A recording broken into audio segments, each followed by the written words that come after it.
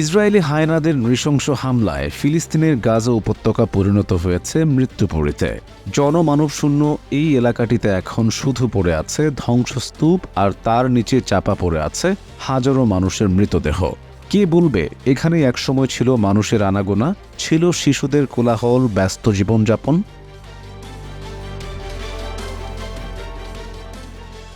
Hamas নির্মূলের নামে আজ থেকে ৯ মাস আগে ফিলিস্তিনের গাজা উপত্যকায় গণহত্যার অভিযান শুরু করে ইসরায়েলি প্রতিরক্ষা বাহিনী।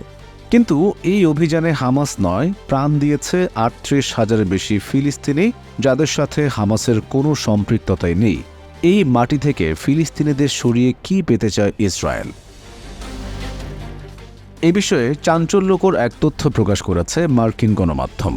তারা বলছে, ইহুদিবাদী ইসরায়েল গাজার পানি ও জ্বালানি সম্পদ দখলের জন্যই সেখানে আগ্রাসন চালিয়ে যাচ্ছে। মূলত গাজার পানি ও জ্বালানি সম্পদ দখলের জন্যই ইসরায়েল সেখানকার ভবনগুলো এবং অবকাঠামোগুলো ধ্বংস করছে এবং চালিয়ে যাচ্ছে গণহত্যা, যাতে ফিলিস্তিনিরা গাজা ছেড়ে চলে যেতে বাধ্য হয়। এভাবে ইসরায়েলিরা পুরো গাজার উপর দখলদারিত্ব কায়েম করে সেখানকার মূল্যবান প্রাকৃতিক সম্পদ লুট করতে পারে।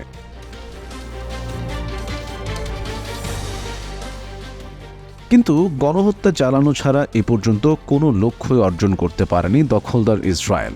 ইসরায়েলের উচ্চপদস্থ কর্মকর্তা থেকে শুরু করে সাধারণ মানুষ সবাই এই সহজ সত্যটি স্বীকার করে থাকেন। ইসরায়েলের একজন সাবেক সংসদ সদস্য বলেছেন, গাজার যুদ্ধে ইসরায়েলের জন্য বড় ধরনের ক্ষতির কারণ হয়ে দাঁড়াবে। তার মতে, ইসরায়েল গাজায় তেমন কোনো ঘোষিত লক্ষ্য অর্জন করতে পারেনি।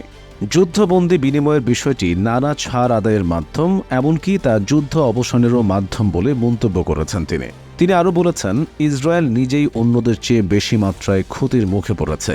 তারা এটা বুঝতে পারছে যে সময় ইসরায়েলের অনুকূলে যাচ্ছে না।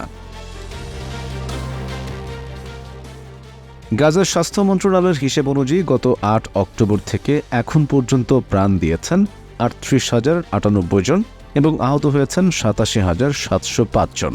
এছাড়া গাজায় ইসরায়েলি আগ্রাসনের নিখোঁজ ব্যক্তিদের সংখ্যাও ১০,০০০-এর বেশি। ইউরো মেডিটারেনিয়ান হিউম্যান রাইটস ওয়াচের মতে ১০,০০০-এরও বেশি ফিলিস্তিনি ইসরায়েলি বোমাবর্ষণে ধ্বংস হওয়া বাড়ি এবং ভবনগুলোর ধ্বংসস্তূপের নিচে চাপা পড়ে আছে।